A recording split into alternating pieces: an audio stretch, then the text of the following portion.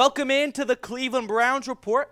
Matthew Peterson from Chat Sports here, getting you guys ready for Browns vs. Chargers coming up here. We're going to run through the latest news and rumors as we get closer and closer to Sunday. Today's show coming from our live show, by the way, every Thursday at 4 p.m. Eastern. Invite you to join us for our next edition if you have not already. So, before we really jump into our Bernie Kosar rumor meter heads and all that good stuff, wanted to get the injury news out to you guys ASAP as possible. So Cameron Justice tweeting out today that Joe Woods said Jadeveon Clowney is still day-to-day, said they'll see if he's able to practice today. Then Mary Kay did a fantastic write-up about this, and I think to kind of get you guys the short version, the spark notes from it, if you will, we'll have to wait and see till Sunday.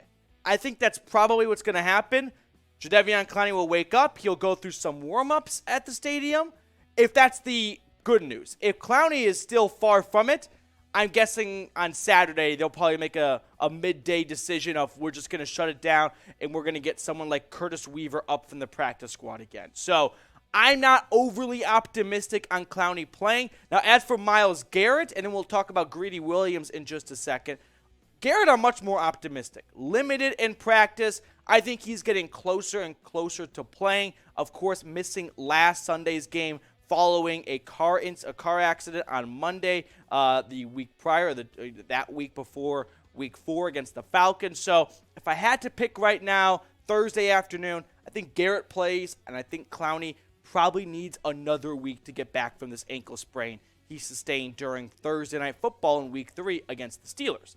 Now, as for Greedy Williams, the corner who was put on IR before the season started, well, 4 weeks is up, and it's his time to shine, maybe, right? The Browns are not in a rush to get Greedy back on the field and play 100% of the snaps. I think Martin Emerson has looked and played better than your average third-round rookie would in Week 1.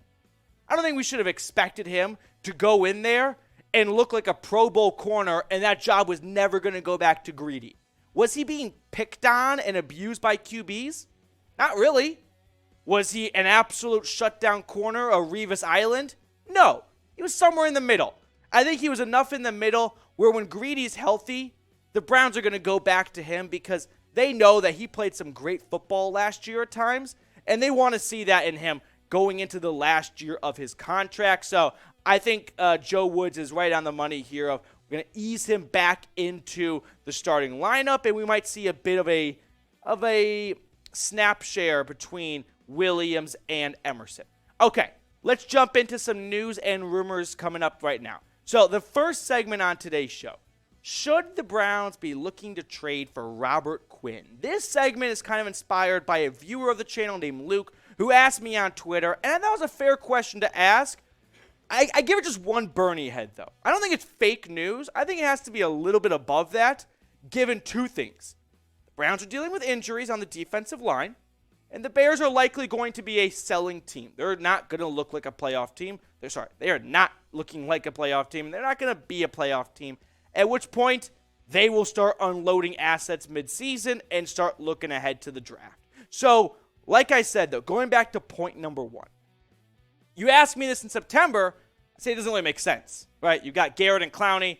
You don't need another defensive end. Alex Wright's a rookie. If you want to bring on a third defensive end and kind of get him caught up and get his growth kick started, that would make sense. But hear me out on this one. This is why I only give it one Bernie head.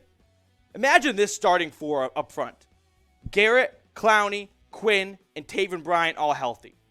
And when you look at what Robert Quinn did last year, quietly putting together 18 and a half sacks. Like, that is trivia in 2 years no one's going to know of which player I think was second in the NFL in sacks, only behind TJ Watt. Robert Quinn, who, by the way, had the most sacks in a season for the Chicago Bears in their history, a pretty proud history of playing good defense.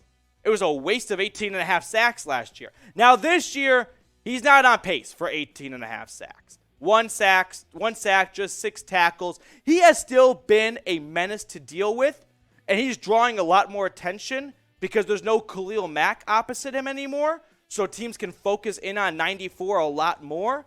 But at the end of the day, whenever you want to talk about trades, I think the first thing you really got to start at is, all right, you want to trade for him? What are you going to give up, right? What can you offer? I don't think Robert Quinn goes for a second.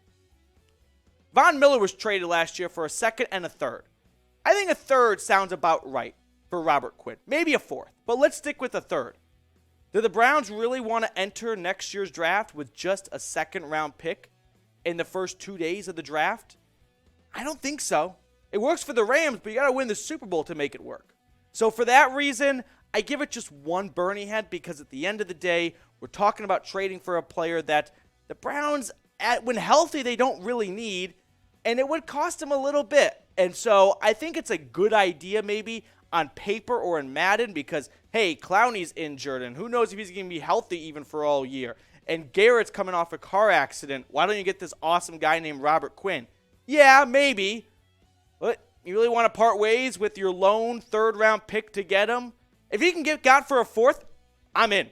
That starting four, Myles Garrett, Jadeveon Clowney, Taven Bryan, and then Robert Quinn, sign me up. Now, I'll let you guys chime in here and join the show. Should the Browns trade for Robert Quinn? Simple Y for yes or N for no down in the comments. And hey, while you're getting your votes in down below, if you have not subscribed to the channel, please go ahead and do so, because what I want to do is take 10 new subscribers from this video and give you guys a shout out during our live watch party on Sunday for the Browns vs. Chargers game. So make sure you subscribe, tune in for that watch party to get that shout out and see if you are going to be on screen and be a part of the Cleveland Browns report. Next segment coming up here. Stefanski, is he the bounce back king? You betcha. 4 Bernie heads, baby. Cleveland, he absolutely is the bounce back king. Kevin Stefanski, I don't think is a perfect coach, and outside of Bill Belichick and Andy Reid, who is a perfect coach? But Stefanski is good at this, for sure. He is 12-3 in games following a loss in his entire career through 2 years and change at this point with the Browns. He has a way to rally the troops and not let them get down in the dumps following a loss. Now, unfortunately, last season wasn't the case following the Chargers matchup.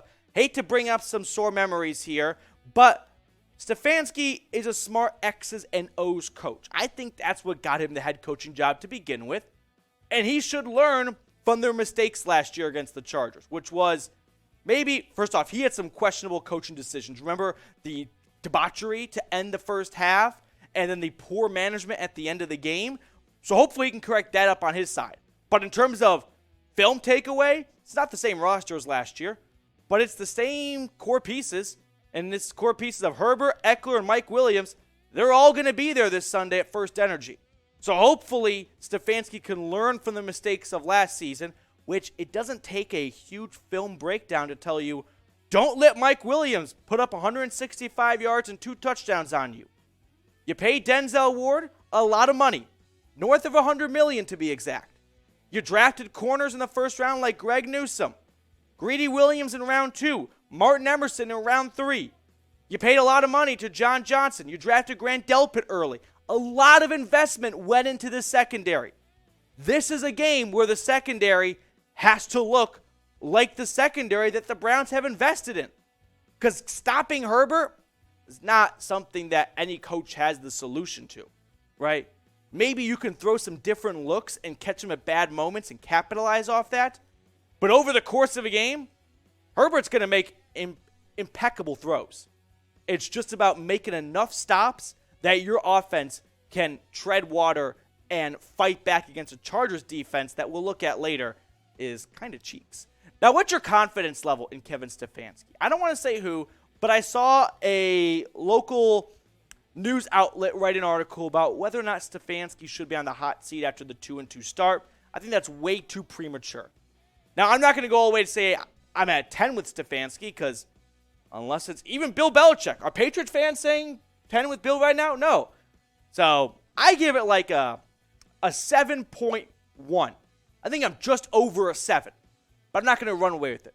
All right, we're going to get to more rumors in just a moment. But first, our proud sportsbook partner, BetUS, is back for another season, and they are back to giving the dog pound an awesome deposit bonus. Head on over to chatsports.com/bet. Promo code Browns125, and that's going to get you guys a 125% deposit bonus.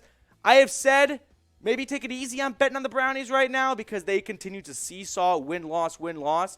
But if you want to bet on the rest of the NFL, just make your picks at chatsports.com/bet. Promo code Browns125. Third and final segment on today's show are the offenses on Sunday. For both sidelines, in for a big day. I give it 3 Bernie heads. I'm not going to go to 4 only because it's really hard to mentally talk myself into, oh yeah, Jacoby Brissett and a banged-up Justin Herbert can put up a combined 90 points, sort of like what happened in last year's game. Now, the defenses this year have been underwhelming on both sides. We're talking about, let's just start with the Chargers for a second, a defense that has Bosa to begin with and Derwin James, and all they did in free agency was trade for Khalil Mack and sign J.C. Jackson. Now, Mack's been good, J.C.'s been hurt, but this Chargers defense is giving up nearly 4 touchdowns a game. It's been very underwhelming. As for the Browns, giving up a little bit less, but still, we all know, underwhelming.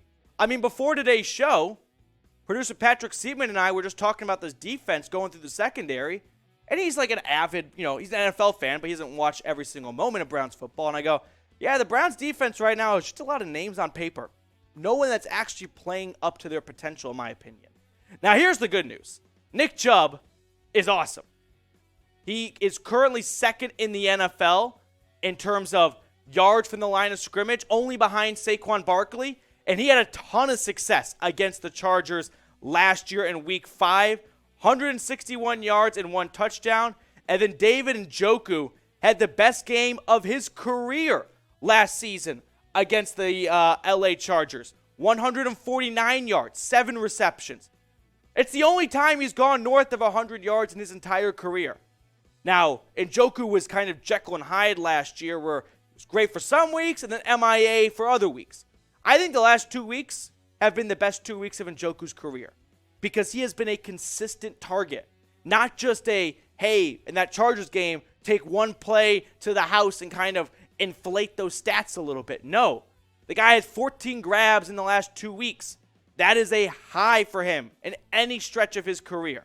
So I like where the Browns are at offensively going into this game, which brings me to this question. Predict the score. Browns versus Chargers. You asked me this on Monday. I say Chargers 30, Browns 25. We're filming this live on Thursday. By Sunday, it's Browns 90, Chargers. I'm going to get to that point. But right now, put me down for the Cleveland Browns winning this game 27-25. A Yorker, baby. A Cade York walk-off field goal. Let's go. Get the dog pound riled up. That's what I'm talking about. Give me your score predictions down below.